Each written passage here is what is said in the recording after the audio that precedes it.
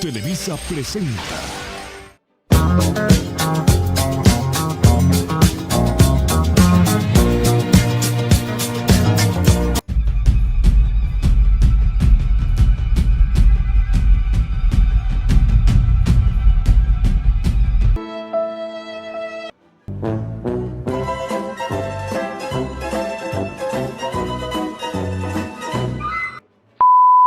Primero les hablaré sobre el ideal de sistematización deductiva.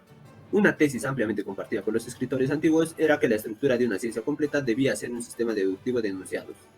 Aristóteles había puesto de relieve la deducción de conclusiones a partir de primeros principios. Muchos escritores del final de la antigüedad creían que el ideal de la sistematización deductiva había sido realizado en la geometría de Euclides y en la estática de Arquímedes. Estos autores establecieron tres aspectos del ideal de sistematización deductiva, los cuales son: 1. Que los axiomas y teoremas estén relacionados deductivamente. 2. Que los propios axiomas sean verdades evidentes. Y 3. Que los teoremas concuerden con las observaciones. Ahora les hablaré un poco más sobre esto. Ah, caray, eso sí me interesa, ¿eh? Primero, que los axiomas y los teoremas estén relacionados deductivamente. No es posible suscribir el ideal deductivo sin aceptar el requisito de que los teoremas estén deductivamente relacionados con los axiomas. Euclides y Arquímedes emplearon dos importantes técnicas para probar teoremas. El primero es sobre los argumentos por reductio ad absurdum, donde para probar el teorema T es asumir que no T es verdadero y deducir entonces a partir de no T y de los axiomas de la sistematización un enunciado y su negación. Si se pueden deducir de este modo dos enunciados contradictorios y si los axiomas del sistema son verdaderos, entonces T debe ser también verdadero. El segundo es el método de exhaustión. Es una extensión del método de reductio ad absurdum, que consiste en mostrar que cada posible contrario de un teorema tiene consecuencias que son incompatibles con los axiomas del sistema. Arquímedes lo utilizó para probar que el área de un círculo es igual al área de un triángulo rectángulo cuya base es el radio del círculo y cuya altura es su circunferencia. Matemáticas, hijo, con eso alegarás, pero los números no mienten. El segundo es que los propios axiomas sean verdades evidentes. Los primeros principios de las ciencias respectivas deben ser verdades necesarias. Este requisito era también compatible con el enfoque pitagórico de la filosofía natural, que creía que en la naturaleza existen relaciones matemáticas que pueden ser descubiertas por la razón. Yo quiero de lo que fuma este tipo. Oh, cara. Bueno. El tercero es que los teoremas concuerden con las observaciones. El sistema deductivo debe estar en contacto con la realidad. Euclides y Arquímedes intentaban probar teoremas que tuviesen aplicación práctica. Buenos días, estrellitas. La Tierra les dice hola. Ahora veremos el patrón inductivo-deductivo de la investigación científica. Televisa presenta. Primero partamos con Aristóteles. Aristóteles había insistido en que los principios explicativos debían inducirse de las observaciones. De ahí se plantean los métodos inductivos del acuerdo y la diferencia. Robert Grosseteste sugirió que un buen modo de determinar si una hierba determinada tenía un efecto purgante era examinar numerosos casos en los que se administrase la hierba en condiciones en las que no estuviesen presentes otros agentes purgantes. Cultivando amor, cosecharé esperanza. Grosseteste se refería a la etapa inductiva como una resolución de fenómenos en sus elementos constituyentes y a la etapa deductiva como una composición en la que estos elementos se combinan para reconstruir los fenómenos originales. También aplicó la teoría aristotélica del procedimiento al problema de los colores espectrales. Procediendo por la inducción, resolvió tres elementos que eran comunes a todos los casos. Estos elementos son: 1. Que los espectros están asociados a esferas transparentes. 2. Que los diferentes colores son el resultado de la refracción de la luz según diferentes ángulos. Y 3. Que los colores forman un acto de circunferencia. Ahora hablemos de Roger Bacon y su segunda prerrogativa de la ciencia experimental. Primero, Bacon sugirió que la base factual de la ciencia puede a menudo ser aumentada mediante la experimentación activa, haciendo el uso de la experimentación para así poder aumentar el conocimiento de los fenómenos. La ciencia experimental consigue resultados que las demás ciencias no pueden alcanzar, aunque estos resultados dependen de ellas.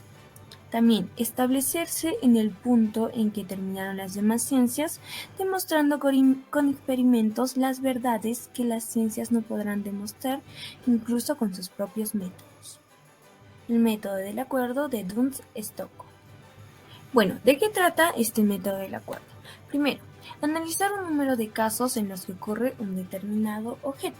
Numerar las distintas circunstancias que están presentes cada vez que acontece el efecto. Y en este caso, buscar una circunstancia que esté presente en todos los casos de B. Como vemos en la imagen, el investigador estaría autorizado a concluir que E puede ser el efecto de la causa A.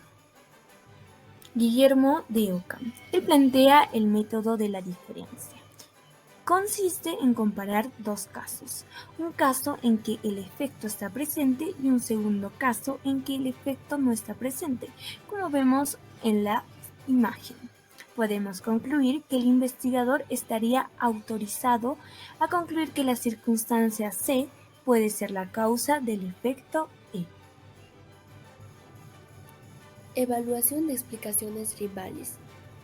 Grosseteste y Roger Bacon, además de restablecer el patrón inductivo-deductivo aristotélico de la investigación científica, hicieron también contribuciones originales al problema de la evaluación de explicaciones rivales. Se dieron cuenta de que en un enunciado acerca de un efecto puede deducirse de más de un conjunto de premisas.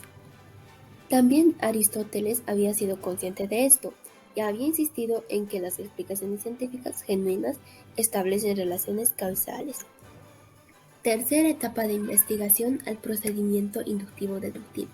Tanto Grosseteste como Bacon recomendaron añadir una tercera etapa de investigación al procedimiento inductivo-deductivo de Aristóteles. En esta tercera etapa de la investigación, los principios inducidos por resolución se someten a contrastación con la experiencia posterior. Bacon llamaba a este procedimiento de contrastación la primera prerrogativa de la ciencia experimental. ¿Qué mamada? ¡Es el mejor nombre de la vida! A inicios del siglo XIV, Teodorico de Freiberg hizo una sorprendente aplicación de la primera prerrogativa de Bacon. Teodorico creía que el arco iris está causado por una combinación de la refracción y de la reflexión de la luz del sol por gotas de lluvia individuales. Con el fin de contrastar esta hipótesis, llenó de agua unas esferas huecas cristalinas y las situó en el camino de los rayos del sol. Con estos modelos de gotas reproducía tanto arcoíris primarios como secundarios. Aquí les pregunto, ¿qué hubieran hecho ustedes? El método de la falsación de Grosseteste.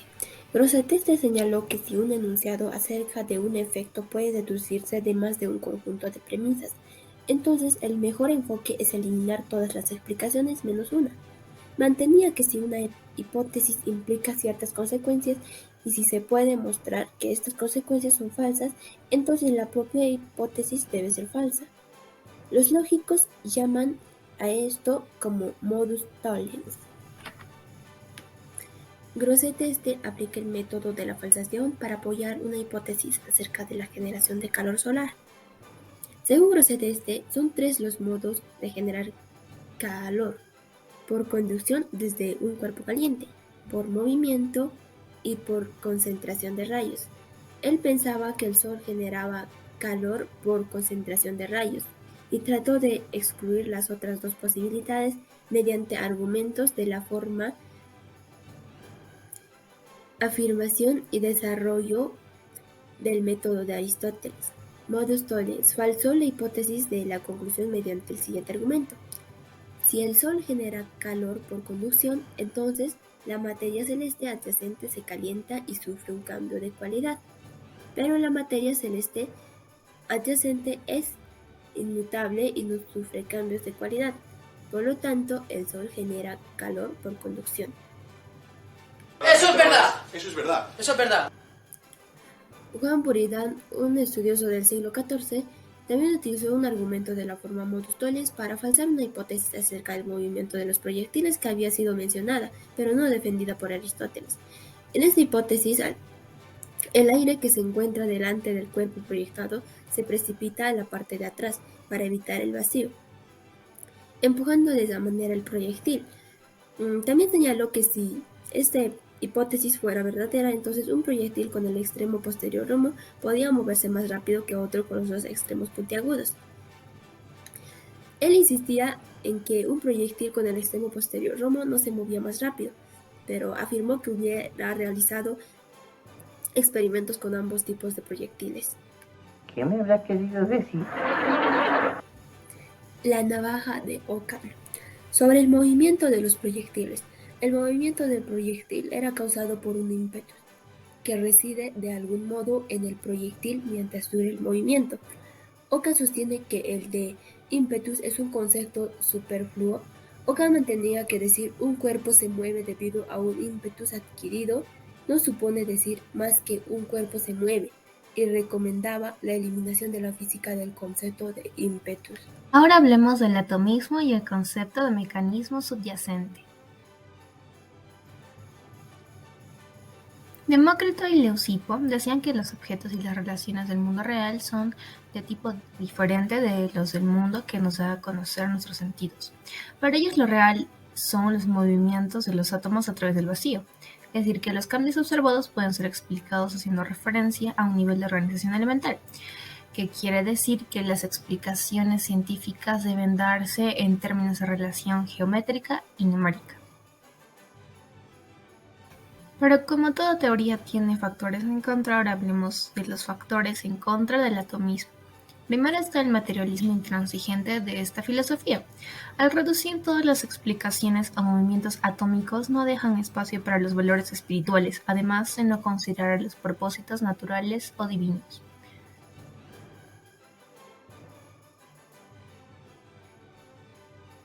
Y otro factor en contra del atomismo es el carácter ad hoc de las explicaciones atomistas, en donde se prefería arbitrariamente la consideración atomista de los fenómenos, sin comprobar lo adecuado de la imagen.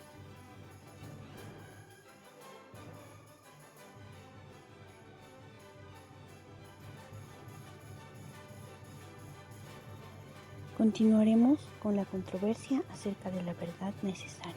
¿Ahora yo qué hago con esta mierda? Aristóteles había insistido en que, debido a que una necesidad natural ordena las relaciones entre las especies y géneros de objetos y acontecimientos, la expresión verbal apropiada de estas relaciones debe tener el rango de verdad necesaria.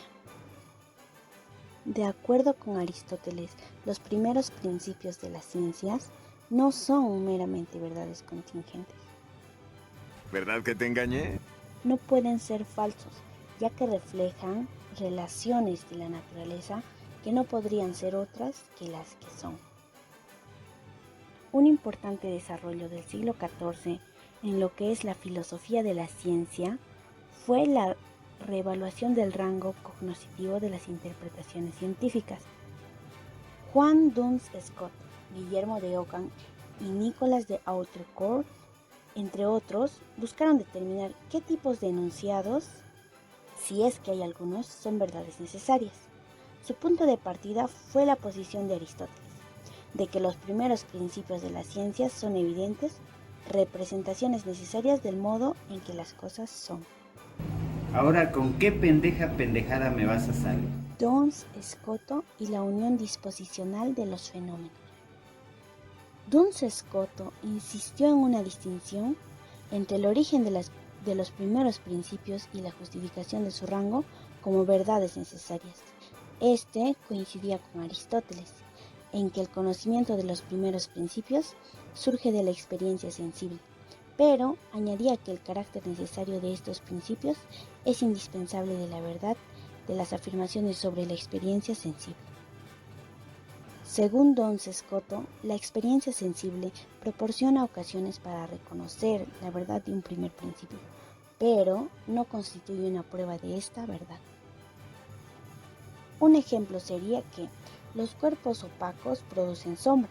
Es evidente que cualquiera que comprenda los significados de opaco, producir y sombra entendería en este ejemplo. ¿Coincidencia? ¡No lo creo!